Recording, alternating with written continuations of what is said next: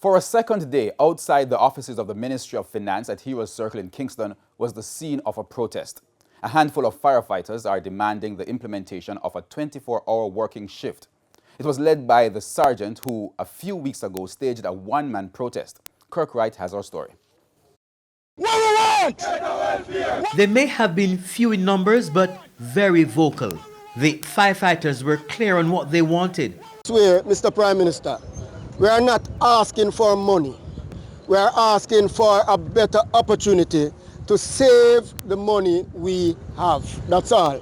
Unlike the other public sector groups who recently took industrial action for better wages, these firefighters protested for other reasons.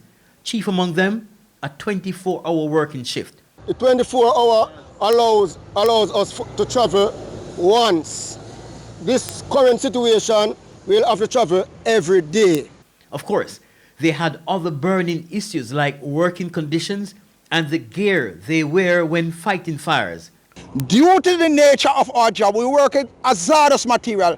Firefighters are usually given 100% health care provision. Usually, firefighters are now losing that opportunity. When we go to a rubbish fire, for example, carcinogenic, cancerous materials are usually attached to the firefighting gears with only one such bunker gear due to the expense. So we're also asking the Ministry of Finance, so unless you can spend the next $10,000 to kit out a fireman, please allow us the 24 hours so we can adequately clean up those gears. The group first stopped at the Ministry of Finance and then walked down to the Ministry of Labour.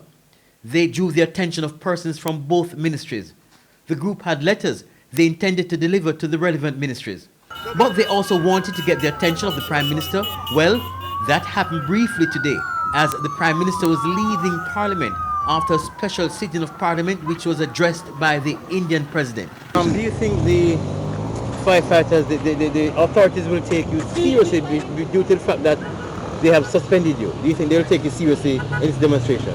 We have to keep knocking. That's the attitude I would love of every Jamaican. You can't fail once and stay down. Kirk Wright, TVJ News.